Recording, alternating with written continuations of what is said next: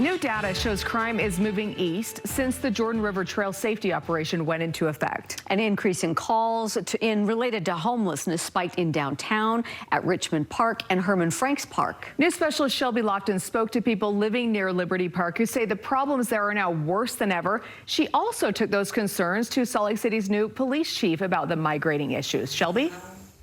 Since the Salt Lake City Police Department's safety plan for the Jordan River Trail began, data shows that crime is now moving east.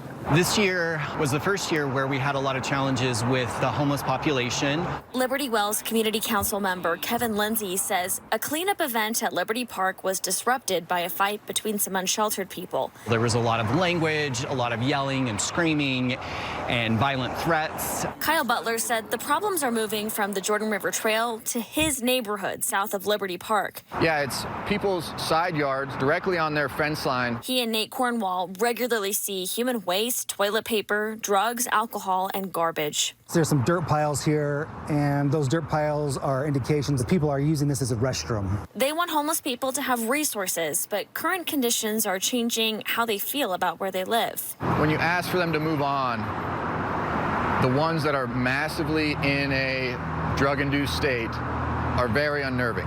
Salt Lake City Police Chief Brian Redd says he knows crime is moving and his department is adjusting its actions. One of the areas that we were having trouble with was state property, so we contacted the state and they helped us with some no trespassing signs and helped us with some fencing. He says the city needs more shelter beds and treatment options, but acknowledges a lot of people don't want to come off the streets. The addiction is too powerful. They have mental illness challenges, mental health challenges that are impeding their decision making, and some of them just don't want to change their lifestyles. Homeless advocates point out some individuals won't go to shelters because they have a criminal record. A lot of times we just arrest them, we book them into jail and they're released and they get a court date and they go to warrant, and that is what causes the escalation in the charges and does create the barriers. So, you know, we're looking at how can we make the criminal justice system more effective and combine it with the treatment. He encourages residents to continue reporting issues. We'll continue to be as responsive as we can and, you know, just make incremental improvements along the way.